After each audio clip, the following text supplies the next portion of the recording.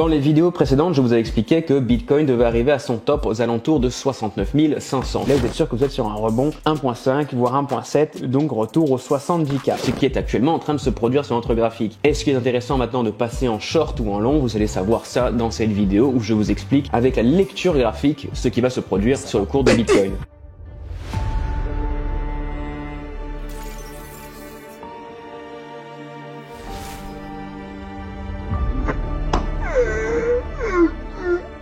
Bonjour, bonsoir et bienvenue à toutes et à toutes dans une nouvelle vidéo de Prédiction Crypto, la chaîne essentiellement dédiée à la lecture graphique des cours des actifs et non aux news toutes pétées qui ne correspondent à rien, n'en déplaise aux hacheurs et à tous ceux qui utilisent les énièmes guerres dans le monde pour justifier les aléas sur le cours d'un actif. Aujourd'hui, je ne parlerai pas du hacheur. J'ai une grande nouvelle les amis. J'ai encore jamais fait ça parce que justement je suis en train de faire des réels qui justement sont en train de le démonter petit à petit. Bref, passons tout de suite dans le vif du sujet les amis. Je suis actuellement sur Bitcoin en daily, c'est-à-dire que chaque bougie correspond à une journée. Maintenant vous le savez, vous n'êtes pas des débiles. Nous sommes le 20 octobre, il est 21h44 heure de Bangkok. Le BTC est actuellement aux alentours de 68 670. Est-ce que c'est le moment d'acheter? Est-ce que c'est le moment de vendre? Les amis, je vous explique tout ça en moins de 5-10 minutes. On va essayer de faire ça rapidement, ça sert à rien de faire des vidéos à 40 vues. C'est pas faux. Petit récapitulatif sur ce qui est en train de se produire actuellement. Donc en daily, nous sommes sur un lower high, c'est-à-dire que nous sommes sur une tendance qui vient justement à pumper sa mère, comme on dit dans le jargon, n'est-ce pas? Nous sommes actuellement donc tendance, nous avons effectivement effectué des higher high jusqu'à maintenant. Nous sommes actuellement communément dans ce qu'on pourrait appeler une petite trendline, on vient de la casser. Le principe voudrait que tout le graphique passe en long. Alors qu'on s'est rendu compte dans 378 milliards de cas, on peut le casser et on peut repartir dans la foulée dans le sens inverse. Pour moi, ce n'est pas très représentatif. C'est pour ça que je préfère passer sur le principe des Elliott Waves, donc les vagues d'Elliott. Mais surtout, regardez, on va faire coïncider tout ça avec un petit Fibo des familles, un petit Fibo retracement à 1.5. 1.5 que l'on vient de toucher quasiment, allez, à 3 $ près les amis, donc calmez-vous. Point 1.5 de Fibonacci que j'avais prévu dans ma dernière vidéo, donc encore une vidéo où j'avais deviné parfaitement le cours de BTC des semaines avant, avec pour 50 vues malheureusement, mais c'est comme ça, parce qu'apparemment il faut dire de la merde et parler des news pour faire des vues.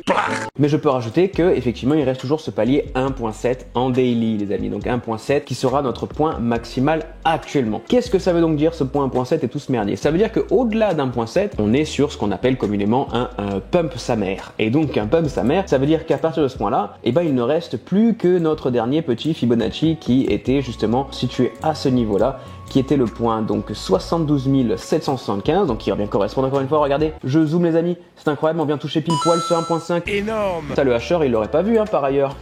C'est pas bien. J'avais dit que je parlerais pas de lui.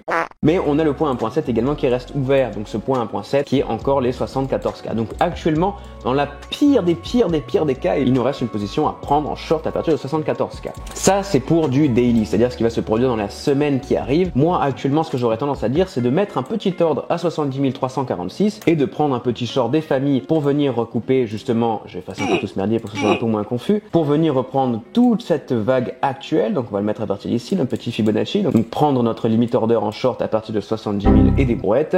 Merde, encore trompé le bouton. Et ensuite prendre le point 0.236 actuellement pour justement ne pas se faire prendre de course. Nous sommes dans une vague 3 actuellement en daily ou justement, donc c'est-à-dire revenir toucher les points 0.236 ou grand maximum 0.382 ou pour ensuite repumper notre race. Prendre donc un petit peu ce principe de bull run que tout le monde attend depuis des mois sans vraiment y apporter vraiment des mots concret dessus. Rien de particulier les amis en daily, pour moi c'est un short à partir de 70 442. Si vous voulez être plus safe pour prendre des shorts ou des longs, il va falloir passer dans un intervalle de temps plus court. Je passe actuellement en 2 heures, donc pas en hourly parce qu'en hourly c'est pas très intéressant, mais en 2 heures, qu'est-ce que l'on remarque? Directement sur notre graphique, on remarque que, hop là, on avait justement une petite zone de distribution suivie d'une deuxième zone de distribution qui arrive. Qu'est-ce que ça veut dire zone de distribution? Jean-Michel, je t'écoute pendant que je rote.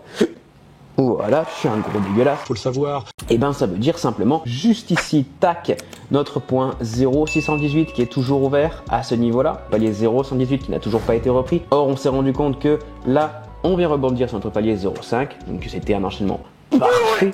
En revanche, ce qui nous saute aux yeux actuellement, c'est que nous avons fait un lower high et que nous sommes en train de faire un higher low, selon mon indicateur. Est-ce que c'est vérifié? Faisons apparaître par magie nos indicateurs magnifiques. Nous sommes donc sur une tendance en RSI légèrement overbought. Ce n'est pas vraiment un indicateur intéressant à ce niveau-là. Pour moi, le RSI ici est pas super passionnant. Mon nouvel indicateur de notre petite MACD des familles nous explique que justement on va repumper. VAC qui, dans le meilleur des cas, devrait se situer, donc on a déjà tracé aux alentours de 0,118 ou aller dans notre point pivot 0,186 à 67 116. Or, rappelez-vous, il reste encore une possibilité de venir toucher les 72K. En gros, ce que j'essaie de vous dire, c'est qu'il n'y a absolument pas de position à prendre en hourly ou en 2 heures ou en 3 heures actuellement sur BTC, au moment où je vous parle du moins. Peut-être que demain, si justement on vient recroiser notre SMA 20 et terminer en dessous, on aura confirmation de notre fin de higher low et donc là, on serait effectivement sur une vague descendante. Mais ça, je ne suis pas devin encore les amis, je ne peux prédire que des tendances générales. Si je passe tout de suite sur mon BTC USDT, donc le graphique que j'utilise tous les jours, et ben on se rend compte que tous ces traits là correspondent à des paliers de Fibonacci qui n'ont pas été repris et les paliers ultimes pour moi restent les paliers 0,5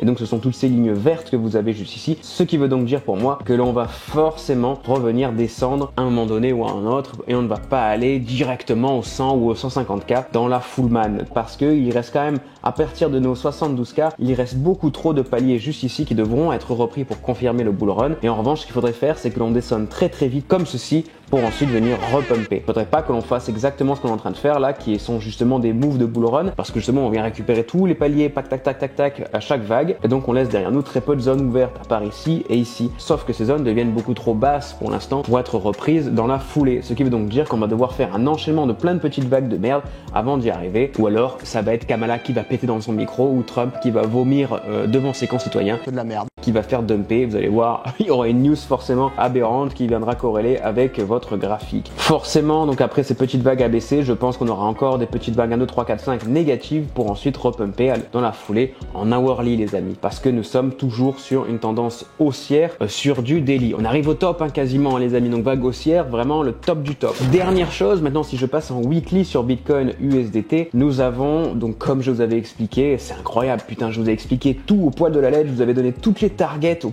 poil de fion près. Je vous avais dit qu'on viendrait toucher pile poil cette zone là. Je sais pas quoi faire de plus pour être légitime dans le trading game, mais c'est incroyable, mais c'est pas grave, je fais toujours 10 vues apparemment. Okay. Ici, nous sommes actuellement en train de casser notre petite trendline, même si je n'aime pas forcément ce principe. On peut pas nier qu'elle n'est pas visible, puisque l'on vient retoucher nos points là 1, 2, 3, 4, 5 et désormais 6. Il nous reste quand même une petite probabilité de venir repumper un petit peu. Vas-y Michel, je t'écoute.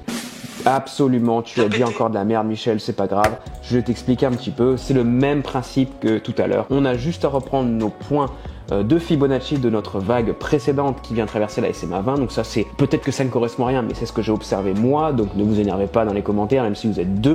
Ça viendra retoucher les points 1.5 et encore une fois 1.7, donc pour moi la zone maximale, le top du trou du fion du cul du monde. Et ça va péter. Et là, on ne pourra pas dire au-delà de ça, ça serait que de la pure spéculation. Ça reste le point 1.7, donc 80 800. Bon les amis, pour mes prédictions de la journée et de la semaine à venir, je pense que ça va se faire d'ici peut-être les 2-3 prochaines semaines. Ça viendra coïncider pile poil avec les élections. Oh, comme c'est bizarre! Si vous voulez plus de positions en live que je prends en direct, suivez-moi sur Instagram.